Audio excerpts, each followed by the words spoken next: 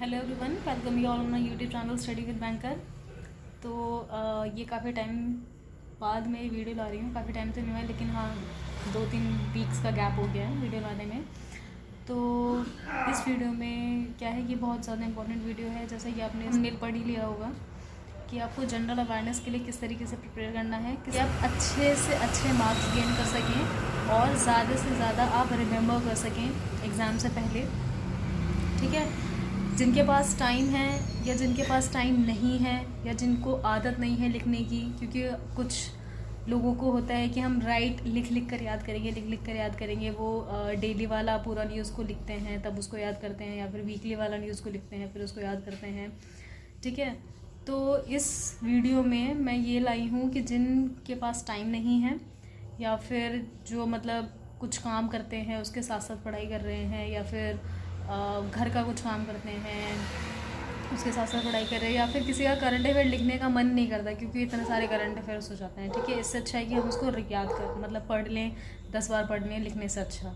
ठीक है, तो ये उनके लिए है किस तरीके से आपको प्रिपेयर करना है, क्योंकि अभी ECGC PO के लिए और RBI ग्रेड B के लिए जब मैं प्रिपेयर कर रही थी उस टाइम मैं करंट अफेयर्स पढ़ रही थी। तो मैंने किस तरीके से प्रिपेयर किया था, क्योंकि मैं अभी जॉब पे भी जाती हूँ, अकेले भी रहती हूँ, वो भी काम करना होता है, जॉब का भी काम करना होता है, उतना टाइम नहीं होता है कि आप हर चीज़ को लिख लिख के पढ़ें। क्योंकि जब मैं उस लास्ट टाइम मतलब पहले जब प्रिपेयर करती थी बैंक के लिए तो मैं लिख के करती थी। ठीक है, करंट अफेयर्स को, और किस तरीके से लिख के मैं करती थी वो भी मैं आपको नेक्स्ट वीडियो में दिखाऊंगी। अभी मैं सिर्फ ये लाई हूँ जिनके पास टाइम नहीं है और जिनका मन नहीं कर रहा है उनको किस तरीके से प्रिपेयर करना है, किस तरीके से याद करना है। ठीक है, तो आप क्या कर सकते हैं, एक PDF चाहिए आपको, और PDF फ्रीली कहाँ से अवेलेबल होगी वो मैंने एक वीडियो बनाई हुई थी। यहाँ पे टेलीग्राम के ग्रुप पे आपको फ्रीली चीज़ें अवेलेबल हैं, आप वहाँ से उस वीडियो को ज़रूर देखिए, वहाँ से आप बहुत ज़्यादा अच्छा गेन करेंगे। मोटिव ये है कि आपको जनरल अवेयरनेस को किस तरीके से प्रिपेयर करना है। जब आप उसको डेली राइट नहीं करना चाहते हो, आप वीकली प्रिपेयर करना चाहते हो या मंथली प्रिपेयर करना चाहते हो, तो किस तरीके से आपको कम टाइम में अच्छे से अच्छा ज़्यादा से ज़्यादा पढ़ना है और याद करना है। ठीक है, ओके, तो देखो ये है पहला तरीका कि मैंने अफेयर्स क्लाउड का ही है ये।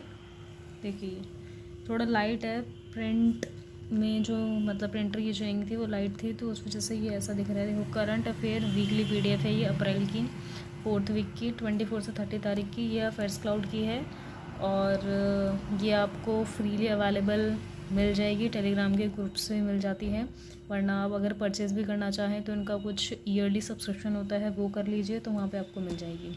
तो अभी क्या किया हुआ है, मैंने सब्सक्रिप्शन नहीं लिया था, टेलीग्राम के जो चैनल्स हैं वहाँ पे जो फ्रीली वीडियोस मतलब वीडियोस और PDF वगैरह अवेलेबल हो जाती हैं, ये वहीं से है। फिर मैंने देखो नेशनल अफेयर है, मैंने उसको डाउनलोड कर लिया था और उसका प्रिंट निकाल लिया था। ठीक है, पहला तरीका ये है कि आप जो भी वीकली है आप उसको डाउनलोड कर लीजिए। ठीक है, और उसको PDF में निकाल लीजिए, क्योंकि जो वर्किंग एस्पिरेंट्स हैं या फिर कुछ और भी काम करते हैं जिनको पूरा टाइम नहीं मिल पाता है कि आप डेली के डेली राइट डाउन करिए करंट अफेयर्स को, या फिर वीकली करंट अफेयर्स को राइट डाउन करिए, या फिर किसी किसी को क्या होता है बिल्कुल इंटरेस्ट नहीं होता लिखने में करंट अफेयर्स को। तो मुझे भी बिल्कुल इंटरेस्ट नहीं था। मैं मतलब अभी जैसे मैं बिज़ी हूँ, मैं अपना वर्क लाइफ भी बैलेंस करती हूँ और घर का भी करती हूँ और उसके साथ साथ पढ़ाई भी करती हूँ, तो मतलब करती थी। अभी ये अप्रैल का है तो मेरे पास टाइम नहीं होता था कि मैं चीज़ों को लिख के करूं, क्योंकि लेकिन जब मैं प्रिपरेशन कर रही थी बैंकिंग का तब मैं उसको लिख के करती थी। जैसे मैं लिख के करती थी वो वीडियो मैं आपको दिखाऊंगी कि उसके नोट्स मैं कैसे बनाती थी। ये वो नोट्स हैं जब आपका मन ना करे लिखने का और आपके पास टाइम ना हो तो आप उसको इस तरीके से पढ़ सकते हैं। ठीक है, आपने ये डाउनलोड कर लिए, देखिए ये पूरा ऐसे है, यहाँ पर मैंने ब्लैंक कर दिया है। इसी तरीके से आप करिए इसको, एक साइड ब्लैंक और एक साइड प्रिंटेड। ठीक है, और ये मैं बताती हूँ क्यों करना है। ये सारा का सारा देखिए बिल्कुल डाउनलोडेड है, बिल्कुल इस तरीके से, और मैंने मुझे क्या क्या पढ़ना है वो सब हाईलाइटेड कर रखा है मैंने। ठीक है, पहले रीडिंग में आपको क्या करना है, सिंपल पढ़ना है और जो आपको लग रहा है कि इम्पॉर्टेंट है आप उसको हाईलाइट कर लीजिए। ठीक है, जैसे ये चीज़ें मुझे इम्पॉर्टेंट लगी तो ये मैंने हाईलाइट कर ली हैं। ठीक है, इसमें कुछ मतलब दिख नहीं रहा होगा, दिखेगा नहीं शायद आपको, कुछ वर्ड्स वगैरह ऐसे होंगे, बस आप समझ लीजिए। ठीक है, जब आप प्रिंट निकालेंगे तो अच्छे से निकालिएगा। तो जैसे मुझे यहाँ पे ये इंपॉर्टेंट लगा, ये इंपॉर्टेंट लगा, तो मैंने इसको हाईलाइट कर लिया है। पहली वाली रीडिंग में हम ऐसे करते हैं, ठीक है। पहली वाली रीडिंग आप जब भी करेंगे आपको इसी तरीके से करना है, जो आपको इंपॉर्टेंट लगे आपको उसको हाईलाइट कर लेना है, ठीक है। और कुछ भी जैसे अब यहाँ पे मैंने कुछ लिखा हुआ है, मुझे यहाँ पे कुछ समझ नहीं आ रहा होगा या फिर कुछ इंपॉर्टेंट शॉर्ट में मुझे लिखना होगा, तो ये मैंने यहाँ पे लिख दिया है। जैसे IIT इंडियन, यहाँ पे क्या लिखा हुआ है, Indian institute of technology Madras Tamil Nadu, ठीक है। तो मैंने इसको शॉर्ट में लिख दिया IIT M फॉर मद्रास। इसी तरीके से ये इस पूरी लाइन को ना मतलब पढ़ने के बजाय मैं सीधा यहाँ से पढ़ दूँगी, इस तरीके से मैंने लिख दिया है, ठीक है। और क्या क्या है, जैसे यहाँ पर ये इंपॉर्टेंट है या ये इंपॉर्टेंट है, कुछ ये वाला अलग बॉक्स से बता दिया कि ये ज़्यादा इंपॉर्टेंट है, ये अंडरलाइन कर दिए, ठीक है। इस तरीके से करिए। और बीच में हम लोग डिज़ाइन भी बनाते ही रहते हैं जब बोर होते रहते हैं, तो थोड़ा बहुत ये भी ड्रॉ कर लेती हूँ है ना। अब देखिए जब हमारी फर्स्ट रीडिंग इस तरीके से हो जाती है, तो सेकंड रीडिंग में हमको क्या करना है, सेकंड या थर्ड रीडिंग में, फर्स्ट रीडिंग हमने ऐसे कर ली, सेकंड रीडिंग भी सिर्फ पढ़िए कि आपने क्या क्या लगाया हुआ है उसको पढ़िए। थर्ड रीडिंग में क्या करिए, देखिए इस पूरे पेज में जब आप पढ़ लेते हैं ना, दूसरी तीसरी या चौथी बार जब आप करते हैं, तो इस पूरे पेज में क्या इंपॉर्टेंट है, सबसे ज़्यादा इंपॉर्टेंट क्या है और क्या चीज़ आप भूल रहे हैं, या फिर इस पूरे पेज की वजह से जब आप ये 2 या 3 लाइन पढ़ के आप इस पूरे पेज का सार निकाल सकते हैं, इस लाइक समरी की तरह। तो अब वो मैंने यहाँ पे रख लिया, क्योंकि यहाँ पे इसका वाइट पेज नहीं था, तो मैंने यहाँ पे लिख दिया है इसको, ठीक है। 2 पॉइंट्स में ये जो इंपॉर्टेंट मुझे लगा होगा इन दोनों पेज का, मतलब पहली बार जब हम रीडिंग करते हैं ना, तो हमको ऐसा लगता है कि सब कुछ ही इंपॉर्टेंट है। सेकेंड रीडिंग में भी कुछ हमको समझ आता है, थर्ड रीडिंग में कुछ और समझ आता है, ठीक है। तो लास्ट रीडिंग में जब भी आपको लग जाए कि नहीं मुझे सारी चीज़ें याद हैं और कुछ ऐसी चीज़ें हैं जो बहुत ही ज़्यादा इंपॉर्टेंट है, उनको मैंने यहाँ पर लिखा हुआ है, ठीक है। इसी तरीके से इस पेज में मुझे ऐसा कुछ लगा नहीं कि खास इंपॉर्टेंट है, इसमें सभी पढ़ना पड़ेगा, तो मैंने इसमें इसलिए कुछ नहीं लिखा हुआ है, ठीक है। इसमें देखिए इसमें यहाँ पे जो भी होगा, या फिर आगे पीछे किसी पेज में ऐसा दिया होगा, ये फर्स्ट करके ये सारा का सारा मैंने इसमें लिख लिया जो इम्पोर्टेंट सा लगा मुझे। और कुछ अगर पीछे 2 पेजों में भी कुछ फर्स्ट करके आया होगा, तो वो भी मैंने इसी जगह पे लिख लिया, एक ही जगह पे मैं इसको यहीं से पढ़ लूँगी, ठीक है। इस तरीके से करना है आपको। देखिए इसी तरीके से मैंने यहाँ पे लिखा हुआ है ना। और यहाँ पे मैंने लिखा हुआ है, ठीक है, इस पूरे पेज का। जैसे कि एग्जांपल मैं दिखा देती हूँ आपको, जैसे कि ये देख लीजिए, देखिए आप मतलब अगर आपको दिख रहा हो तो PM Modi launch India's first dairy radio दूध वाहिनी, इसको मैंने शॉर्ट में यहाँ लिख दिया, फर्स्ट डेयरी कम्युनिटी रेडियो दूध वाहिनी, और कहाँ पर खुला है, यहाँ पर। तो मुझे अब ये पूरा पैराग्राफ पढ़ने की ज़रूरत नहीं पड़ेगी, मैं सीधा सिर्फ एक लाइन पढ़ दूँगी, ठीक है।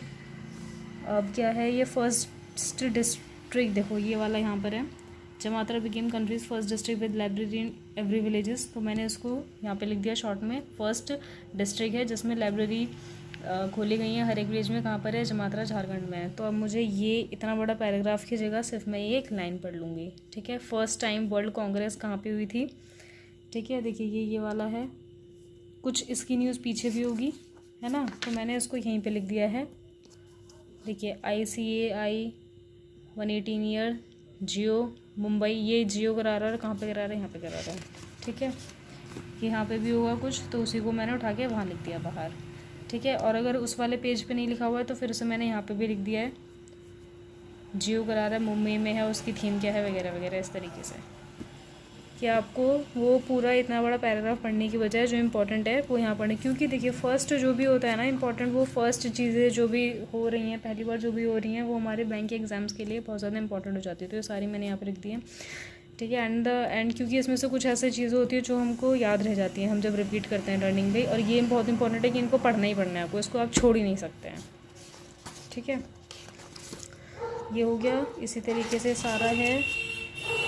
और देखो आपको कुछ ना कुछ मिलेगा यहाँ पे लिखा हुआ, इधर नहीं लिखा हुआ है मैंने, ये थोड़ा बहुत है तो मैंने इसको यहीं पे लिख दिया हुआ है, ठीक है। अब जैसे कुछ होगा मैंने इधर भी लिखा हुआ होगा, दिखाती हूँ आपको। देखिए जैसे ये लिखा हुआ है, देखिए एयरटेल और इंडसलैंड बैंक की कोई होगी टाइप हुआ होगा, या MOU साइन या टाइप नहीं, MOU साइन किया होगा FD फैसिलिटीज़ के लिए, और फिनमैप और बजाज फाइनेंस ने कराए FD के लिए, फीचर के लिए। मतलब क्या है, ये FD दोनों ने FD फैसिलिटीज़ दी हैं, डिफरेंट डिफरेंट बैंक हैं और डिफरेंट डिफरेंट कंपनीज़ हैं। तो मैंने इसको यहीं लिख लिया है क्योंकि एफ डी कॉमन आ रहा है तो मुझे याद रहेगा, क्योंकि अगर क्वेश्चन आया या फिर हम टेस्ट भी देते हैं तब भी आता है ना कि एफडी की फैसिलिटी किस किसने शुरू की थी, तो मुझे एग्जैक्ट याद रहे कि एयरटेल ने इसके साथ की थी और फिर मैप ने इसके साथ की थी। ठीक है, इसलिए मैंने यहाँ पे लिखा हुआ है, देखो यहाँ पे ये लिखा हुआ है Finmap partner with Bajaj financed fixed deposit feature देने के लिए। और ये वाली जो एयरटेल वाली न्यूज़ है मैंने आगे पढ़ी होगी शायद या कहीं पढ़ी होगी, तो वो भी मैंने साथ में लिख दी है ताकि मुझे याद रहे। इस तरीके से आपको लिखना है, ये वाला पेज इस तरीके से यूज़ होगा। ठीक है, और अगर आप ये वाला पेज, क्योंकि इसमें बहुत सारे पेज वेस्ट भी हो गए हैं, तो आप अगर यहीं पे कहीं पे साइड में लिख कर सकते हैं, जैसे पहले कुछ पेजों में मैंने किया हुआ है, तो आप वैसे भी कर सकते हैं। ठीक है, नेक्स्ट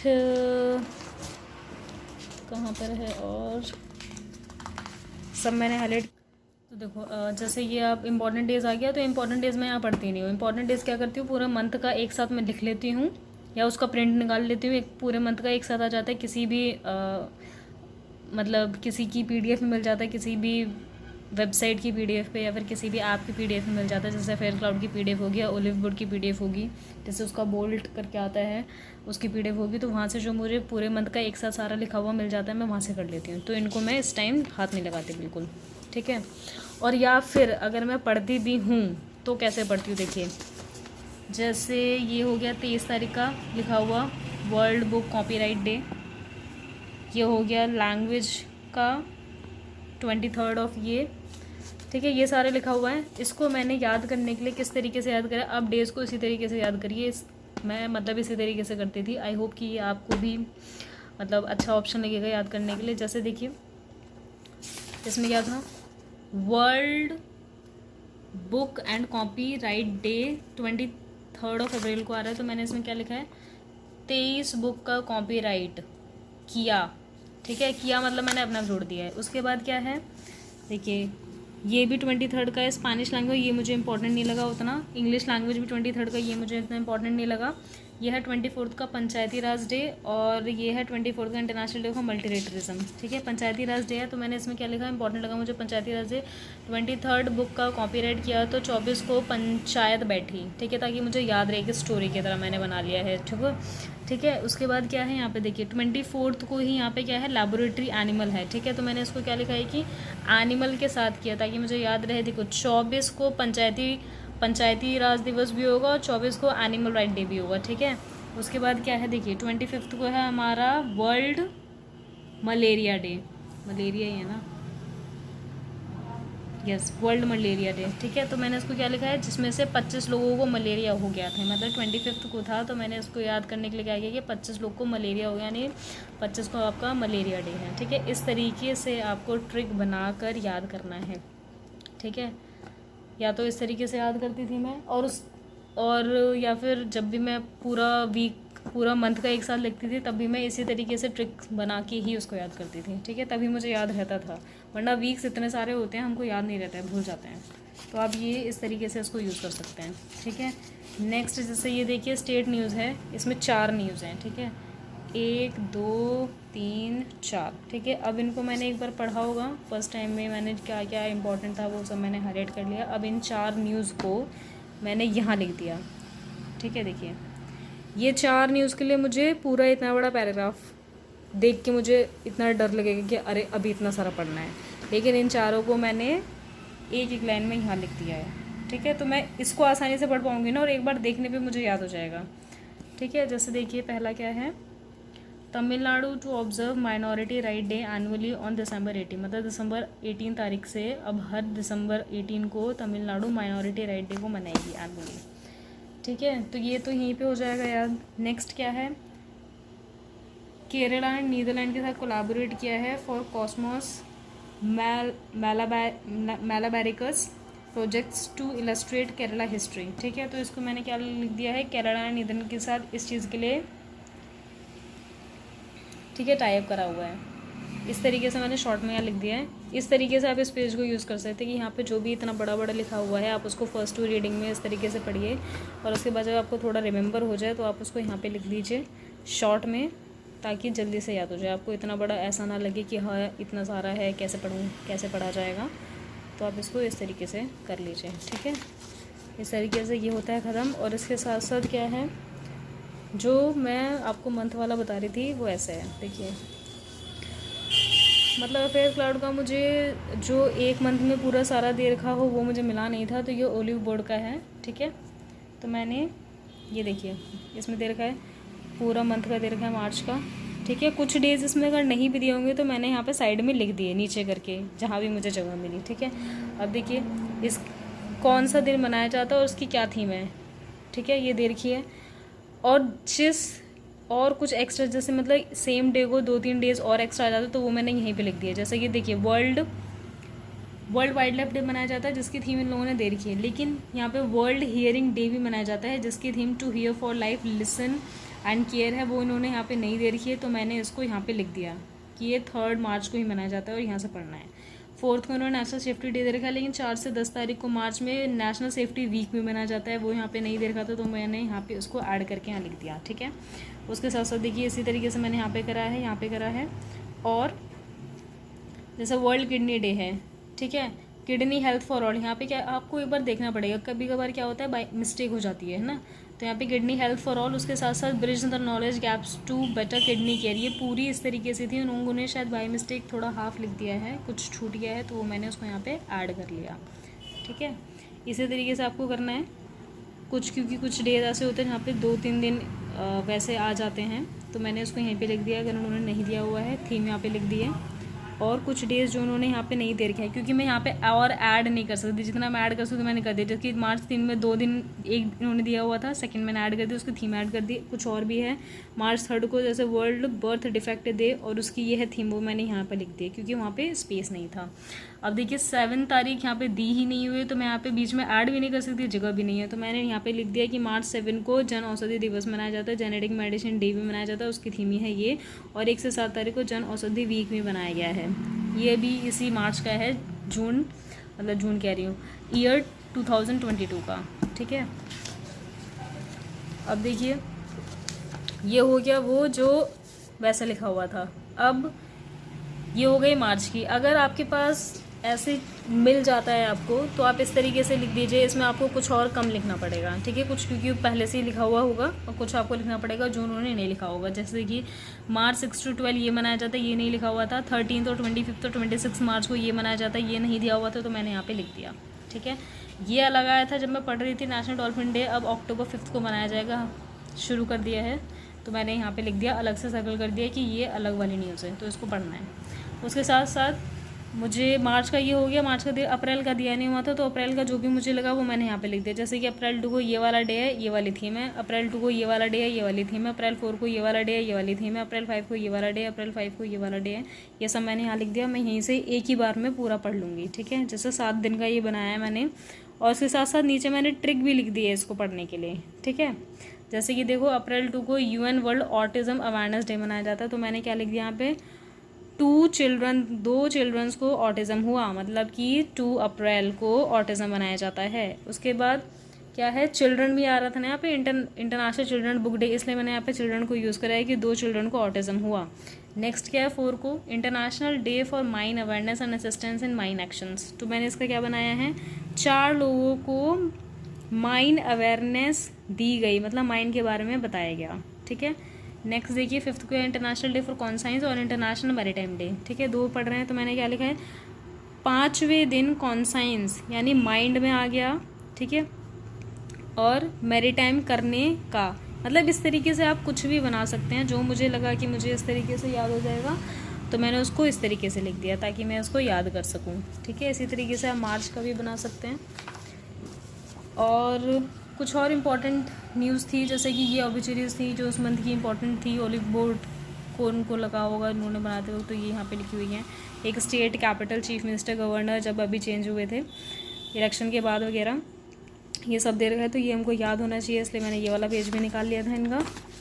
और जब ये हुए हैं, इसके साथ साथ क्या है, यूनियन टेरिटरी में कौन आया है ये सब, और उसके साथ साथ पोर्टफोलियो भी चेंज हुए थे, तो मैंने पोर्टफोलियो लिख दिया। नरेंद्र मोदी किस किस डिपार्टमेंट में, राजनाथ सिंह किस किस डिपार्टमेंट में आ रहे हैं, या फिर अमित शाह कौन कौन सी मिनिस्ट्री में आ रहे हैं, ये सब, और ये सब लर्न करने के लिए, ठीक है।